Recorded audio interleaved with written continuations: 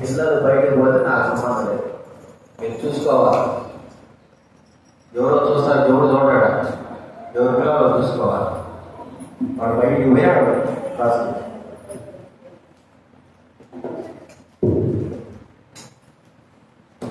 గంగమ్మక్క నువ్వు బయట చేరేసుకుని కూర్చోను, పిల్లలు జాగ్రత్త కూర్చో.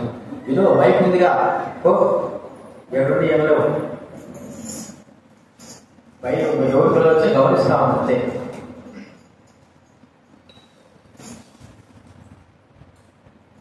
ప్రార్థన చేసుకుంటాము.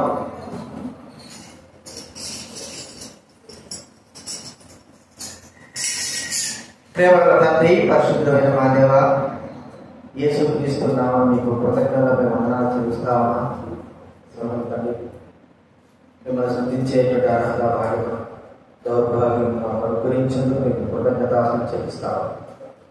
పాటలు బట్టి మిమ్మల్ని స్థితించడం ఈరోజు కూడా కొంత 1 నిమిషాలు వేయండి. అయినప్పటికీ వచ్చేవారు సరైన విధానంలో ప్రారంభించి సహాయం చేయండి. దైవుడు 9:30 రావాలని నేర్పించు ప్రభా. లోకంలో ప్రభా ఎంతో లోకం కొరకై ఎంతో శ్రమ పడతాం, నీ కొరకు మేము శ్రమ పడాలి. దయతో మనం క్షమించున్నారా కరెక్ట్గా బయటిని స్వాదించుకోండి, సహాయం చేయండి. వాక్యం ద్వారా మాట్లాడాలి, మీ చెప్తాను నెరవేర్చండి. స్తుతి ఘనత చెల్లిస్తూ కృతజ్ఞత చెల్లిస్తూ యేసు నామమున ప్రార్థిస్తున్నాం తండ్రి.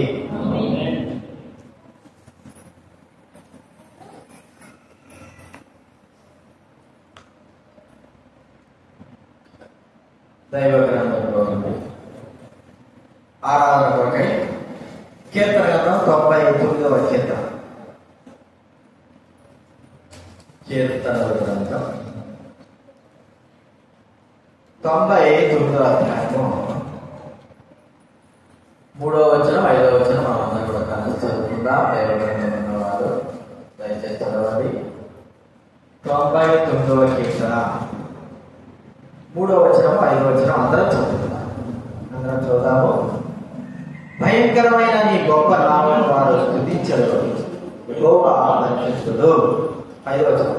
మన దేవుడిని యెహోవాను కనపరచుడి, ఆయన పాదపీఠములకు సాగిలపడి, ఆయన పరిశుద్ధుడు. అంటే దేవుడు పరిశుద్ధుడై ఉన్నాడు. పరిశుద్ధుడైన దేవుడే మనల్ని కాచి కాపాడి భద్రపరుస్తున్నాడు. ఆయన పరిశుద్ధత ఎంతో గొప్పదై ఉన్నది. కాబట్టి ఆ పరిశుద్ధతను బట్టి మనందరం కూడా దేవుని స్తుతించి మహిమపరిచి ఆరాధిస్తా ఉంటున్నాం. మరి కీర్తన గ్రంథం 23వ అధ్యాయం. కీర్తన గ్రంథం 23వ అధ్యాయం.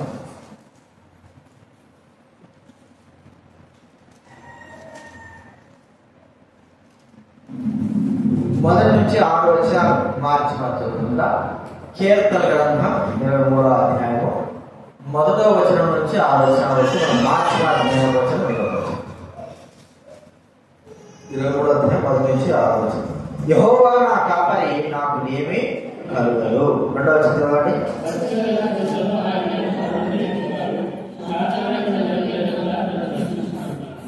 నా ప్రాణముగా సేద తీర్చుచున్నాడు, తన నామమును బట్టి నీతి మార్గంలో నడిపించుతున్నాడు.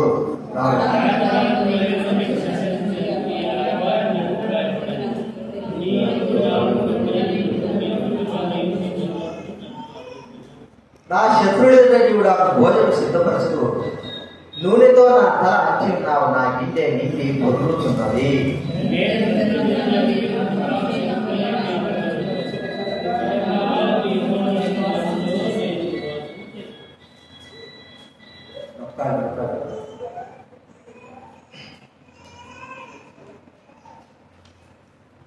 మనకి ఇక్కడ కనబడతా ఉంది, యెహోవా నా కాపరి, దేవుడే మన కాపరి. మరి ఆయన మంచివాడు చదువుకున్నాం కదా, యెహోవా పరిశుద్ధుడు. మరి ఇంకో మాట చూసినట్టే, నేను గొర్రెలకు మంచి కాపరిని అనే మానవుల వాక్యంలో గొర్రెలకు ఆయన మంచి కాపరి. యెహోవా మంచివాడు. ఆ మంచి కాపరి అయినటువంటి ఆయన పరిశుద్ధుడైన దేవుడు, పవిత్రుడైన దేవుడు. మరి ఎలాగా ఆయన గొర్రెలమైన మనల్ని చూడటం అనేది కీర్తన గ్రంథం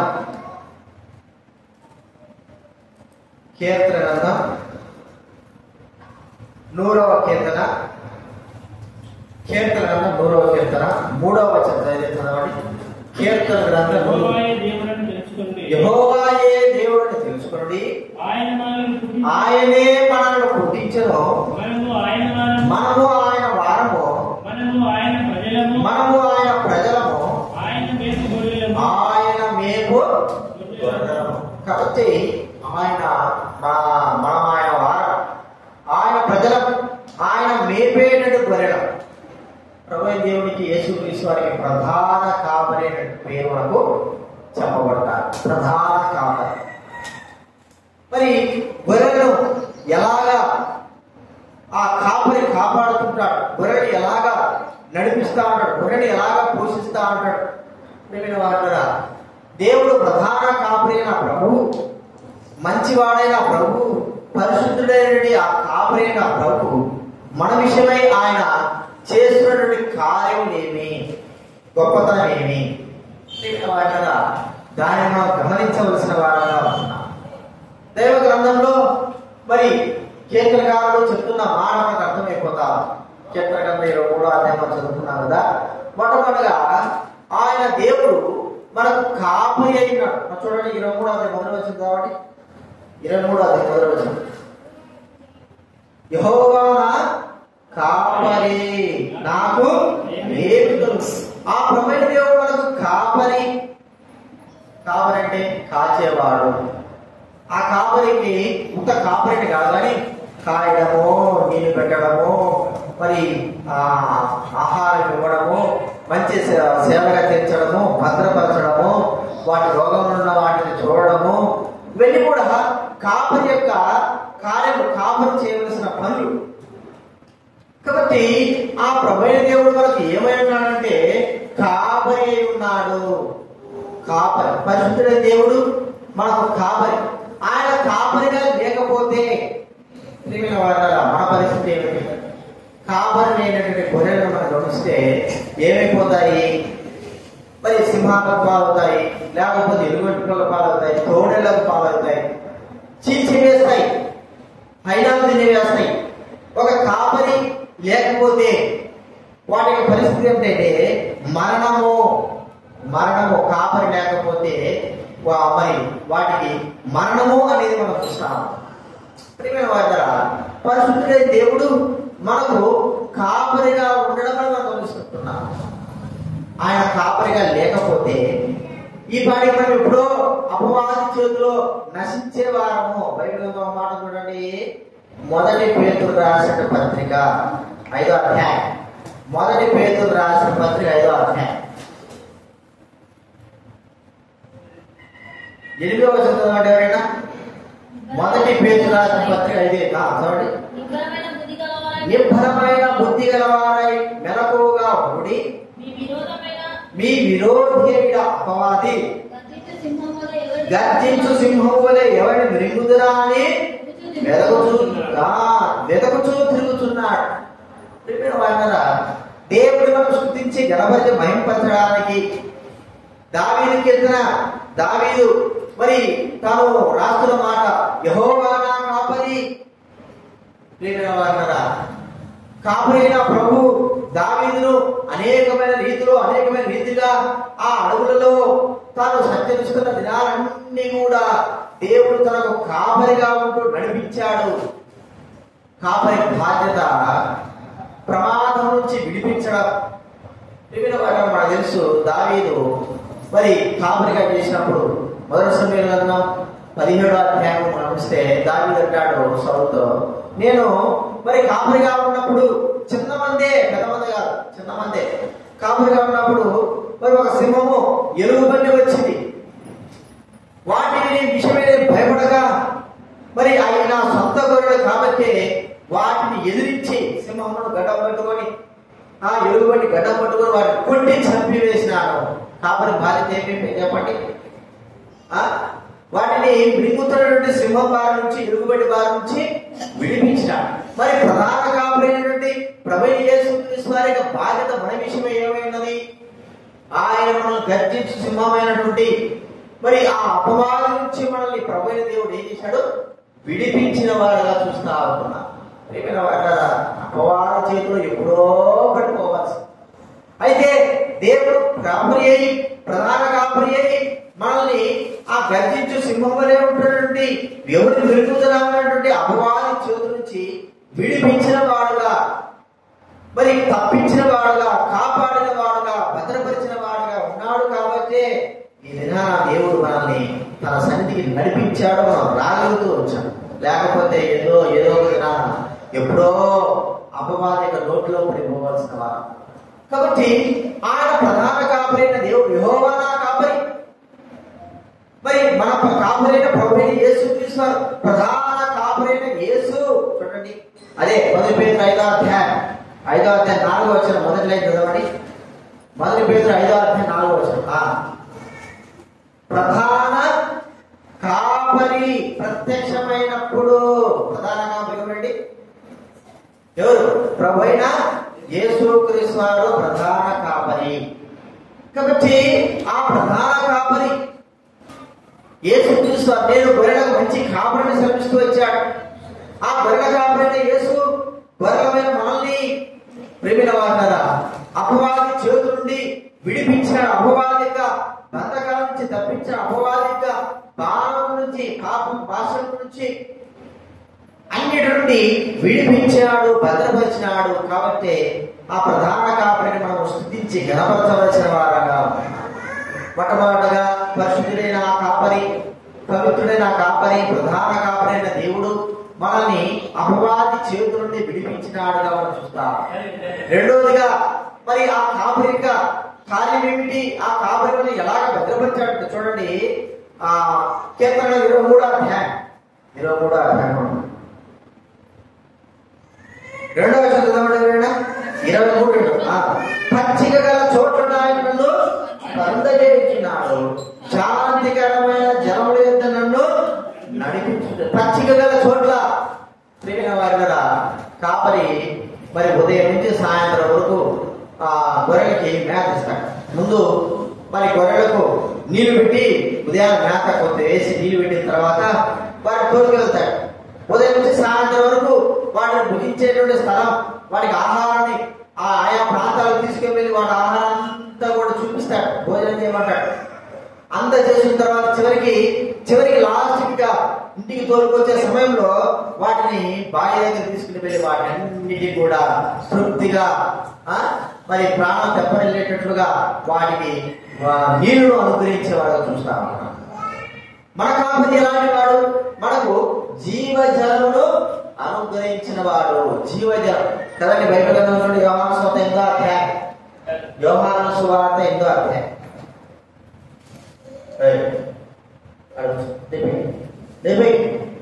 నీవు నేను వస్తాను కొత్తది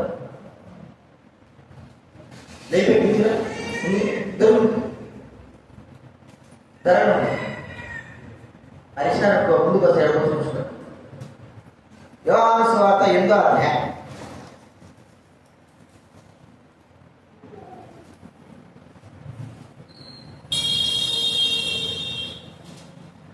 క్షమించాలి, 4వ అధ్యాయం. యోహాను సువార్త 4. ఎవరు మాట్లాడదు. 4వ అధ్యాయంలో చూడండి 11వ చదవడం. యోహాను సువార్త 4వ అధ్యాయం 11వ.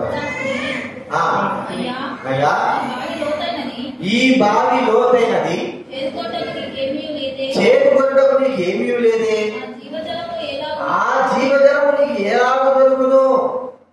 10వ వచనం పైన చూడండి. 10వ వచనం చదవండి. అందుకు యేసు దేవుని వరమును ఎరిగి ఉంటే నీవు ఆయన అడుగుదువు, ఆయన నీకు జీవజలం ఇచ్చునని చెప్పాను.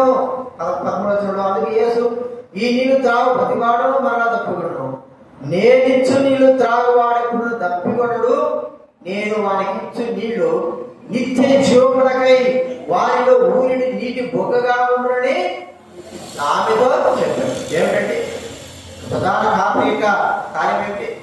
మరి జీవజలము ఎల్లప్పుడూ ప్రియమైన వాళ్ళ ఒక కాపరి మరి తన గొర్రెలకి నీళ్లు పెడతాడు ఉదయం సాయంత్రం, మళ్ళా తప్పుకేస్తాడు. అయితే మన కాపరి ప్రభువైన యేసు క్రీస్తు ఎలాంటి వాడు చెప్పండి? ప్రధాన కాపరి. ఆయన జీవ జలాన్ని మనకు అనుగ్రహించేవాడుగా చూస్తుంటున్నాం. జీవజలం, ఆ జీవజలం ఆ నోటులో చూడండి. 7:37 కదా. యోహాను సువార్త 7వ అధ్యాయం 37వ వచనం. యోహాను సువార్త 7వ అధ్యాయం 37వ వచనం.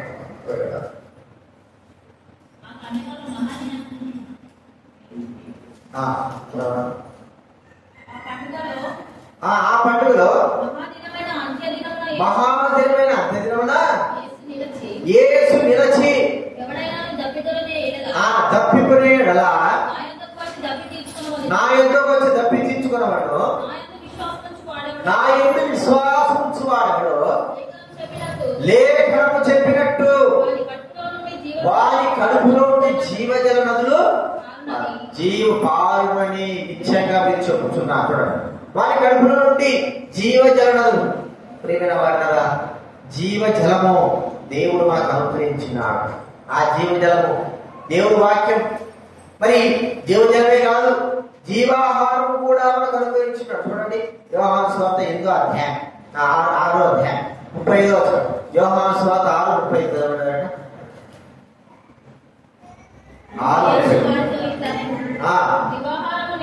జీవాహారము నేనే, నా యొద్దకు వచ్చేవాడు ఏ మాత్రము ఆకలిగొనడు, నా యొద్ద విశ్వాసించువాడు ఎప్పుడు తప్పికొనడు. ఆ జీవాహారము ప్రభువైన దేవుడే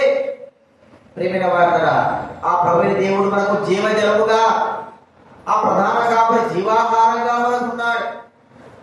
మన రక్షించే దేవుడు, మన పుట్టించే దేవుడు, మన కాపాడే దేవుడు, మన భద్రపరిచే దేవుడు, ఒక ప్రధాన కాపరిగా మన ఆత్మలకి ఆ ప్రవీణ దేవుడు మరి జీవ జలమును, జీవాహారాన్ని మనకు అనుగ్రహించిన వాడుగా చూస్తా ఉంటున్నా. బైబిల్ గ్రంథంలో కూడా తెలుసు, ఇశ్రాయేలు ఆ యొక్క మరి ఐగుప్తు దేశం నుండి బయటకు వస్తే వారు మారా అనే ప్రాంతానికి వచ్చిన తర్వాత వారికి నీళ్లు లేకపోతే వారు గురినారు, సరిగారు, దేవుడు శోధించినారు. మరి మోషేతో దేవుడు చెప్పినట్టుగా ఆ బండ దగ్గర ఉంది, ఆ బండ మీద కొట్టు, జీవజలాలు పారుతాయి సమృద్ధిగా. వారి బండలో నుంచి జీవజలము పారింది. ఎన్ని వేల మంది? 6 లక్షలకు పైగానే. మనం అలా చేసుకుంటే 20 లక్షలకు మందిగా ప్రజలు రావడమే కాదు, వాళ్ళ దగ్గర ఉంటున్నటువంటి పశువులు, గొర్రెలు, మేకలు, ఆవులు, ఎద్దులు, ఒంటెలు అన్ని కూడా సమృద్ధిగా మనం చూస్తున్నాం. సమృద్ధిగా సాగినట్టుగా చూస్తుంటున్నారు. ఒక బండలో నుంచి జీవజలం రప్పించాడు. జీవాహారం అంటే ఎలాగ వారి జీవాహారము? 40 సంవత్సరాలు ఇశ్రాయేలు నిర్గమాకాండం 16వ అధ్యాయం మనం గమనిస్తే మరి 40 సంవత్సరాలు వారు పరలోకం నుంచి వారి కొరకై మరి మన్నా అనేటువంటి ఆహారాన్ని, దేవదూతలు తినే ఆహారాన్ని ప్రతిరోజు ఉదయాన సూర్యుడు ఉదయించే సమయానికి మరి మంచులా కురిసేటువంటి ఆ యొక్క మంచు ఇరిగిపోయి వారికి మన్నా అనేటువంటి కొత్తదైనటువంటి దేవదూతలు తినే ఆహారాన్ని దేవుడు అనుగ్రహించాడు. ఒక రోజా ప్రియమైన వాళ్ళ 40 సంవత్సరాలు వారందరినీ 20 లక్షలకు పైగానే పోషించుంటున్నారు. ప్రియమైన వాళ్ళ మనం జ్ఞాపకం చేసుకుంటున్నాం. వారికి ఈ భూలోకంలో ఇచ్చిన ప్రభు, ఆ ప్రవణ తండ్రి, ప్రవణ యేసు క్రీస్తు వారు పరమ కాపరిగా ప్రభు, ఆత్మల కాపరి ప్రభు మన విషయమే ఆలోచించాడు. మనకు జీవ జలాన్ని మన దేవుడు అనుగ్రహించాడు. జీవజలం అనుగ్రహించడం కాదు, మనకు ఆయనే జీవాహారమై ఉన్నాడు. ఆయనే జీవాహారము. ఇంకొకటి తలకాయ ఉండాల. జీవాహారము అయి ఉన్నాడు. ప్రియమైన వారా, ఇది మన జీవితంలో ఒకసారి గుర్తించుకున్నా. మనకు దేవుడు జీవాహారము, జీవజలం ఇచ్చాడు. ఇశ్రాయేలు పోషించిన దేవుడు, ఇశ్రాయేలు ఇచ్చిన దేవుడు, ఇశ్రాయేలు దాహం ఇచ్చిన దేవుడు, ఇశ్రాయేలు మరి ఆకలి ఇచ్చిన దేవుడు. మనకు కూడా ప్రధాన కాపరైన ప్రభువైన యేసుక్రీస్తు వారు మనకు జీవజలముగా, జీవాహారముగా చేయబడి ఉన్నాడని మనం గుర్తించుకొని ప్రభువును మనము ఆరాధించాలి. అంత మాత్రం కాదు. కీర్తన గ్రంథం 3వ అధ్యాయం 3వ వచనం చదవండి. కీర్తన గ్రంథం 23వ అధ్యాయం 3వ వచనం. 3వ చూస్తా ఉంటే, నా ప్రాణమునకు ఆయన సేద తీర్చుతున్నాడు, తన నామం బట్టి నీతి మార్గంలో మనకి ఏం చేస్తున్నాడు? సేద తీర్చుతున్నాడు. ప్రియమైన వారు, గొర్రెలన్నీ కూడా మీకు ఎండాకాలం మనం ఆలోచిస్తే వర్షాకాలం కంటే, అంటే చలికాలం కంటే వర్షాకాలం కంటే ఎండాకాలంలో ఏం చేస్తాడు? గొర్రెల కాపరి ఉదయాన తూర్పులు వెళ్ళిపోతారు. మేము జమ్మికొండ దగ్గర ఉన్నప్పుడు ఎండ భయంకరమైన ఎండ ఉండేది. వాళ్ళు ఏం చేసేవారంటే ఉదయాన్నే 6 గంటలకి ఉప్ప తీసుకొని వెళ్ళిపోయి 11 కల్లా మళ్ళీ తిరుక్కొని ఒక చెట్టు కిందకి వచ్చి కూర్చుండేవారు. 11 కల్లా మళ్ళీ 14 సాయంత్రం 4 గంటలు ఎండ తగ్గిపోయింది అన్నప్పుడు మళ్ళా తిప్పుకొని మళ్ళా వెళ్ళి మళ్ళా వాటికి మరి మేపేవారు. మేపుకొని చివరికి ఇంటి దొరుకుని వెళ్ళి నీళ్లు పెట్టేవారు. అంటే వాడి సేద తీర్చడం చూస్తూ అనుకున్నా. సేద తీర్చేటువంటి వాడు ప్రియమైన మనకు కూడా ఆయన సేద తీర్చేవాడు, ఆదరించేవాడు, మనకు ఆయన సేద తీర్చిన వాడుగా చూస్తుంటున్నా. అంటే విశ్రాంతిని అనుగ్రహించిన వాడుగా మనకు అర్థమవుతుంది. విశ్రాంతి మన ప్రాణాలకు ఏం చేసినాడు? ఆయన విశ్రాంతి ఇచ్చినాడు. ఉదయాన దావీదు మహారాజు మనం గమనిస్తా ఉంటే, దావీదు మహారాజు మరి తాను యవన వయసులో మరి ఆ యొక్క గొల్లియాతును చంపిన తర్వాత సౌలు ద్వారా తరబడుతున్నాడు. ఆత్మ లేదు, విశ్రాంతి లేదు, నెమ్మది లేదు, నిద్ర లేదు, భయము, భీతి ఇవన్నీ కూడా దావీదు మహారాజు కలిగి ఉన్నాడు.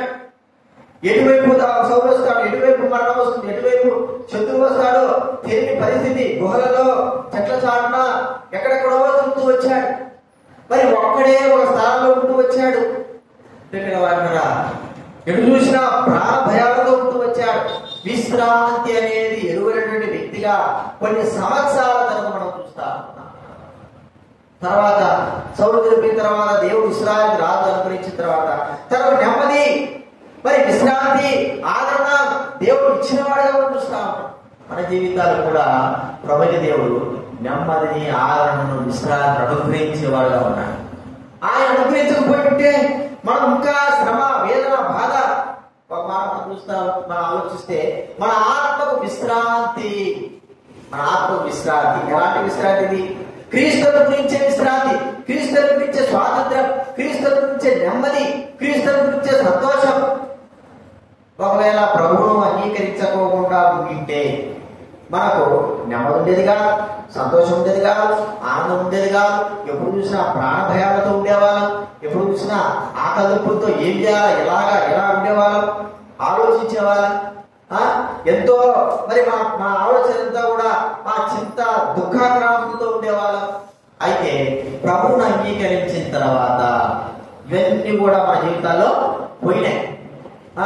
దుఃఖం లేదు, బాధ లేదు, ఏడుపు లేదు. ఇంకా మన జీవితంలో మరి ఏదో పోగొట్టుకున్నామనే ఆలోచన లేదు. ప్రభువును అంగీకరించిన తర్వాత మనకి ఎంతో నెమ్మది, విశ్రాంతి, సంతోషము, ఆనందము మనము కలిగి ఉన్నామని మనం ఒకసారి గుర్తించాలి. నెమ్మది, సంతోషం, ఆనందం. కాబట్టి ఈ విశ్రాంతి ఎవరు ఇచ్చేవారు? ఎవరు అనుభవించేవారు? కష్టాల్లో, బాధల్లో, నష్టాల్లో, వ్యాధుల్లో, శ్రమల్లో, ఇబ్బందుల్లో, ఇరుకుల్లో ఎవరు అనుభవించేవారు విశ్రాంతి, నెమ్మది? మనకి ఎలాగ వచ్చింది? లోకంలో మళ్ళా ఎంతో మంది డబ్బు ఉన్నారు, ఎన్నో ఉన్నాయి, కానీ వాళ్ళకి నెమ్మది, సంతోషం, ఆనందం అనేది తృప్తి అనేది వాళ్ళకి ఎంత మాత్రమో లేదు. అయితే మనకి ఏమి లేకపోయినా కూడా తృప్తి, సంతోషం, ఆనందం, నెమ్మది కలిగి ఉన్నామంటే ఇది మన ప్రధాన కాపురైన దేవుడు యేసుక్రీస్తు వారి ద్వారానే జరిగింది. ప్రియమైన వారిని ఆయన తన గదిలో మనం ఉంచి మనకు విశ్రాంతిని ఇచ్చేవాడుగా, నెమ్మదిని ఇచ్చేవాడుగా మనం చూస్తా ఉన్నాం. ఏదైనా గొర్రె పంటలకు ఒకటే వెళ్ళిందనుకో, రాత్రి పూట ఉందనుకో, దానికి నెమ్మది ఉండదు, దాని నిద్ర పట్టదు. ఎప్పుడు చూసినా భయాలు ఉంటాయి. ఏమి చేస్తావు, ఎట్లా, ఏం వేపునా సింహం వస్తుందో, ఏ వేపునా క్రోధంతో వస్తుందో, తోడలు వస్తుందో అర్థం కాని పరిస్థితి, ఎటు వెళ్ళాలో తెలియని పరిస్థితి, భయభీతులతో ఉంటుంది. భోజనం కూడా చేసి అప్పుడు అన్నం కూడా తింటామో లేదు అన్నట్టుగా ఉంటుంది పరిస్థితి. గొర్రె విషయంలో మనం ఆలోచిస్తాం. మనం విషయమే మనం ప్రభువును అంగీకరించినప్పుడు మన జీవితం కూడా అలాంటి పరిస్థితి కలిగి ఉండదని మనం గుర్తుంచుకోవాలి. అయితే యేసుక్రీస్తు వారు ఉండడం ద్వారా, ఆయన మనతో ఉండడం ద్వారా లోకంలో ఏం ఉన్నా లేకపోయినా, మరి దుఃఖం వచ్చినా, బాధ వచ్చినా, వ్యాధి వచ్చినా, నష్టం వచ్చినా, ఏం వచ్చినా కూడా మనకు ఒకటి, ప్రభు మనతో ఉన్నాడు, ప్రధాన కాపురంతో ఉన్నాడు. ఆయన నెమ్మదిని దేవుడు మనకు మన ప్రాణాలకు విశ్రాంతిని అనుగ్రహించేవాడు చూస్తా ఉన్నాం. ఇది 3వదిగా చూస్తున్నాం. 4వది చూస్తా అంటే చూడండి, కీర్తన 23వ అధ్యాయం. బైబిల్ కీర్తన 23 చదవాలి. ప్రదర్శనలో చదవండి. ఎవరైనా చదివేవారు కాకుండా చదవండి, వేరే వాళ్ళు చదవండి. 23వ అధ్యాయం 4వ చదవండి. గాఢాంధకారపు లోయలో నేను సంచరించను, ఏ అపాయమునకు భయపడను. నీవు నాకు తోడైందువు, నీ దుడ్డుకర్రీ నీ దండం నన్ను ఆదరించు. గాఢాంధకారపు లోయలో నేను సంచరించను, ఏ అపాయమునకు భయపడను. బైబిల్ గ్రంథంలో ఉంది, కీర్తన గ్రంథంలో మరి రాత్రి వేళకు భయమునకైనను, పగటి వేళ సంచరించే తెగులకైనను నేను భయపడను. ఆయన మరి నా రాకపోకల్లో కాపాడేవాడు. శత్రువు మనల్ని నశింపజేయాలంటా ఉంటే, భయభీతులతో మన జీవితాలు ఉంటా ఉంటే, గాఢాంధకారంలో మనం ఉంటా ఉంటే, ప్రభువు మనతో ఉన్నప్పుడు మనకు ఎటువంటి భయం అనేది కూడా లేదు. తల్లి యొక్క ఒడిలో, తల్లి యొక్క ఒడుగు దగ్గర ఆడుకున్నటువంటి బిడ్డకి ఎటువంటి భయం ఉండదు. తల్లిని విడిచి దగ్గర ఆడుకుంటున్న బిడ్డ ఏదైనా భయపడిపోతే వెంటనే తల్లిని హత్తుకుంటారు మనం చూస్తా. పశువులే కావచ్చు, ఏదైనా మనుషుల పిల్లలే కావచ్చు, వారు భయపడినప్పుడు వెంటనే వెళ్ళి ఎలాగైతే తల్లిని హత్తుకుంటారో అలాగే మన పరమ తండ్రి దేవుడు మనకున్నప్పుడు ఆయన దుర్దుకర్ర, ఆయన దండ మనల్ని ఆదరించేదిగా, కాపాడేదిగా. ఎందుకు? ఆయన మనకు తోడై ఉన్నాడు. ఆయన తోడుగా లేకపోతే, ప్రభువే మనకు తోడై లేకపోతే ఎంత బలం ఉన్నా, ఎంత జ్ఞానం ఉన్నా, ఎంత శక్తి ఉన్నా, ఎంతమంది ప్రజలున్నా అంత కూడా వ్యర్థమే. ఎంతో మంది ప్రజలు మన చుట్టూంటారు. దేవుడే మనకు తోడై లేకపోతే మరి ప్రియమైన వారు మనం ఏం చేయగలం? మనము ఆ భయం నుంచి, ప్రాణభయం నుంచి, ప్రాణం నుంచి విడిపించుకోగలమా? మరణం నుంచి విడిపించుకోగలమా? లేదా శత్రు నుంచి విడిపించుకోగలమా? దేవుడు మనకు తోడై ఉన్నాడు కాబట్టి ఎంతమంది అదిగా కీర్తన చూడండి. కీర్తన 3:10,000 మంది.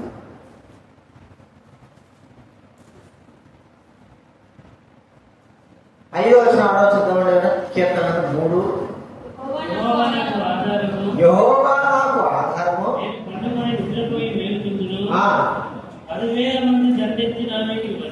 10,000 మంది దండెత్తి నా మీదకి వచ్చి మోహరించిన నేను భయపడను.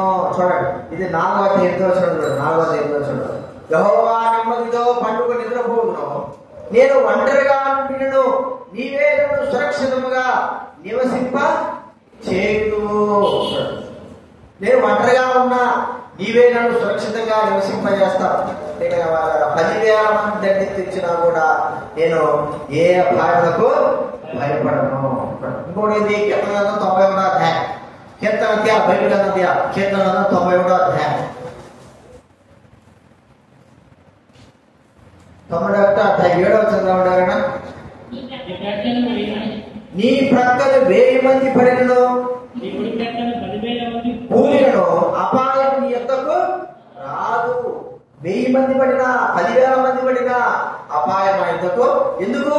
ఆ ప్రభువైన దేవుడు మనకు మరి మనల్ని విడిపించేవాడుగా చూస్తా ఉన్నాడు. భయము లేదు. వారి గాఢాంధకారంలో గాడివారు అంటున్నాడు, గాఢాంధకారంలో సంచలనం చేయబడదు. ఎందుకు? అతను గాఢాంధకారంలో తిరిగినాడు. ఇటువైపు సౌలు మరి కత్తులు తీసుకొని వస్తున్నాడు, ఒకవైపు తాను పారిపోతున్నాడు. దగ్గర సమయానికి వచ్చేలాగా, పట్టుకునే దగ్గరకు వచ్చేలాగా దేవుడే తన ప్రాణాన్ని విడిపించాడు. శత్రువైపు వారు అన్ని విధాలుగా భయాల నుంచి విడిపించిన దేవుడు గాఢాంధకార లోయలో సంచరిస్తున్నాడు. ఆ దినాలు ఎలా ఉన్నాయి చెప్పండి. అడవుల్లో తిరిగితే చిమ్మ చీకటి చెట్ల వల్ల ఎక్కడ ఒకవేళ చంద్రుడు ఒక చంద్రుడు వెన్నెల వచ్చినా కూడా ఆ చెట్ల వల్ల వెన్నెల చంద్రుడు వెన్నెల లోపల పడదు. అది చూస్తే మరి లోపల వారికి ఏమన్నా దీపాలు ఉన్నాయా అంటే దీపాలు కూడా తక్కువే. చాలా కష్టం, ఎంతో భయం. మనం చూస్తాడు నక్సలైట్ తెలుసు కదా, నక్సలైట్ అంటారు, లోపల చూస్తాడు ప్రాణభయం. రాత్రులు కూడా పడుకుంటారు, ఏం పాము వస్తారో తెలియదు, ఎట్లా చేస్తారో తెలియదు. వాళ్ళ లైట్లు ఎట్లా వస్తాయో, ఎలా వస్తాయో. మరి ఆ చంద్రుడే కనబడితే పర్వాలే, కనబడిన దగ్గర అంతా మాత్రాన పోలీసులు ఎక్కడ వస్తారు, ఏ విధమో, ఎంత భయమో. కాబట్టి దాని అలాగా సంచరించినప్పటికీ దేవుడు 10,000 మంది కూలినా అక్కడ 1000 మంది వచ్చినా కూడా తను నిర్భయంగా ఉంటున్నాడు. కారణం దేవుడు తనతో ఉన్నాడు, తనతో పాటు ఉన్నాడు. మనం కూడా దేవుడు మనతో పాటు ఉన్నాడు కాబట్టి మన విషయమై ఎన్ని విధాలుగా మనల్ని ఆవరించినప్పుడు కూడా, ఎంతమంది ఆవరించినప్పుడు కూడా దేవుడు మనకు కాపాడినాడు, భద్రపరిచాడు. చివరిగా ఇంకొక మాట మనం చూసుకుందాం. కీర్తన 23వ అధ్యాయం 6వ వచనం చివరిగా, నేను బ్రతుకు దినములన్నీ కృపాక్షేమములే చిరకాలం యెహోవా మందిరములో నివాసము నీడవలే. ఆయన పరిశుద్ధుడైన దేవుడు తన పరిశుద్ధతను నీడవలే మన పైన ఆవరించిన వాడు చూస్తా ఉంటున్నా. చిరకాలము నీడ ఎలాగైతే మనతో పాటు వస్తుందో వాళ్ళరా, మన పక్క నడిచే వారికి మన నీడ పడితే వారికి చల్లగా మనకు తెలుసు. రోడ్లో పోతాడు ఉన్నట్టుండి మేఘం వచ్చిందనుకో, మేఘము ఆ యొక్క సూర్యుడికి అడ్డం వస్తే మీరు బాగా గమనించండి, ఎంత వేడి ఉన్నా, వేడిలో పోతా ఉన్నాం, ఉన్నట్టుండి మేఘం వచ్చేసింది. మనం పోయే సమయంలో అడ్డు పడిపోయి ఆ కొద్దిసేపు ఉన్న చల్లదనాన్ని మీరు గమనించాలి. కొద్దిసేపే నేను చాలాసార్లు గమనించిన. వెళ్తా ఉంటే ఎంత వేడిలో పోతా ఉన్నప్పుడు ఉన్నట్టుండి మేఘం అడ్డం వచ్చేస్తుంది. అక్కడ అడ్డం వచ్చింది, అక్కడ ఆగిపోతాం సైడ్లో. ఆ మేఘం దగ్గర చల్లగా ఉంటుంది, మన పక్కనంతా కూడా వేడి ఉంటుంది. గమనించండి, అంటే ఒక నీడ వలె ఆయన మనల్ని ఆవరించి ఉన్నవాడుగా చూస్తా ఉంటున్నా. ఎలాగా? దేవుని సన్నిధిలో, దేవుడు తన మందిరంలో నీడ వలె మనకు చుట్టూ ప్రాకారంగా ఉన్నవాడుగా చూస్తా ఉంటున్నా. ఆయన సన్నిధి మనకు అనుగ్రహించిన వాడుగా ఉన్నాడు. ప్రేమ వాడు ఆయన సన్నిధిలో నిత్యం మనం ఉన్నామంటే, నీడ వలె ఆయన సన్నిధి మన పైన ఆవరించిందంటే దేవుని కృప, దయ, దాక్షిణ్యాలు మన పైన ఉన్నాయి. గొర్రెలుగా మరి ఆ దినాలు ఏముంటాయి? గొర్రెలకు సాలలు వేసేవారు కదా, పాకలు వేసేవారు.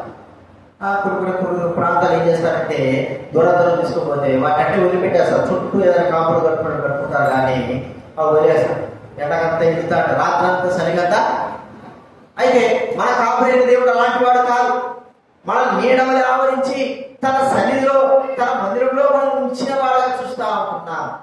ఆయన సన్నిధి యొక్క సంపూర్ణ ఆనందాన్ని మనకు అనుగ్రహించిన వాడుగా, సంతోషాన్ని మనకు అనుగ్రహించిన వాడుగా మనం చూస్తా ఉంటున్నాం. అందుకే చిరకాలం నేను యెహోవా మందిరంలో, ఎందుకు? నీడవలే అని చల్లగా. ఇశ్రాయేలు మరి 4 సంవత్సరాలు వారు ఐగుప్తు దేశం బయలుదేరిన తర్వాత 4 సంవత్సరాల్లో వారికి ఎలా ఉన్నాడు? ఉదయం పూట మేఘ స్తంభం. మేఘ స్తంభం అంటే వారి ఎండ వల్ల వారు ఎంత దూరం ఆలోచించుంటున్నారో, ఎంత దూరం ఉన్నారో ఆ దూరం అంతా కూడా సూర్యుని కప్పేసింది. మేఘం సూర్యుని కప్పేసింది. మరి వాళ్ళ వరకు మాత్రమే కప్పేసింది, చుట్టంతా ఏముంది. అది ఉదయం నుంచి సాయంత్రం వరకు కూడా ఆ యొక్క మేఘం అలాగే. తర్వాత మనం చూస్తా ఉంటే వారు ఎట్లా ఎండ లేకపోతే ఎట్లా చెప్పండి? ఎండ ఉంటారు కదా, ఎండ లేకపోతే మనం బట్టలు ఉతుక్కోవాలి కదా. బట్టలు ఉతుక్కుంటే ఒక 10 రోజులు ఎండ రాకపోతే ఎట్లుంటే బట్టలు వాసన వస్తాయి కదా. వారి బట్టలే ఉతుక్కోలే కదా. బయటలో ఉన్నప్పుడు ఏముంది? వారి యొక్క వస్త్రములు మాయలేదు, చెరగలేదు, వారి చెప్పులు అరిగిపోలేదని మాట. బట్టలే ఉతుక్కోవాలి. వేసుకున్న బట్టలు ఎట్టున్నాయి కట్టున్నాయి, స్నానం చేసింటారులే, లేకపోతే ఆ నీళ్ళలోనే మునిగిటారు. వేసుకున్న బట్టలు ఎట్టే ఉన్నాయి. ఎలా కావాలి? నీడవలే దేవుడు. దేవుడు మన విషయమే ఆయన ప్రభుని దేవుడు నీడవలే కూడా ఆవరించి మనల్ని తన సన్నిధిలో ఉంచిన వాడుగా చూసుకుంటున్నా. ఇశ్రాయేలు కాపాడిన దానికంటేనూ ఆయన తన రెక్కల చాటుని మరి కప్పిన వాడుగా చూస్తాం. అందుకే ఆయన యేసుక్రీస్తు మనకు ప్రధాన కాపరి, మన ఆత్మల కాపరి. ఆత్మల కాపరి, ప్రధాన కాపరి. మనల్ని కాపాడే విధానం చూస్తా ఉంటే ప్రియమైన వారు, మనల్ని పోషించే విధానం, మనల్ని భద్రపరిచే విధానం, మనల్ని నడిపించే విధానం, మనల్ని మరి కాపాడే విధానం అంతా కూడా ఎంతో గొప్పవాడుగా మనం చూస్తుంటున్నాం. అందుకే ఆయన ప్రజల ప్రభుని ఆరాధించాలి. ప్రభు ఇంతగా మమ్మల్ని పట్టించుకోవడానికి, ఒకవేళ మనల్ని వదిలిపెట్టేసుకుంటే, మనం విడిచిపెట్టుంటే అపవాదం మనల్ని మిరిగివేసేవాడు, నశింపజేసేవాడు, నాశనానికి లోనైపోయేవాడు. ఇక ఈ లోకంలో ఉండేవాడు కానే కాదు. ప్రధాన కాపరి లోకంలోకి వచ్చి మనందరినీ తన హస్తగతం చేసుకొని మనందరికీ కావలసిన రక్షణ, భద్రత, తిండి, నీళ్లు అన్ని కూడా చూసి అన్ని విధాలుగా మనకు మరి కాపాడిన వాడుగా చూస్తాం. కాబట్టి ప్రభువును మనం ఏం చేయాలా? ఆరాధించి ఈ విషయాలు జ్ఞానం పెట్టుకుందాం. ఆరాధన మనము ప్రవేశిద్దాం. లేచినప్పుడు మనం పాల్గొడుకుందాం.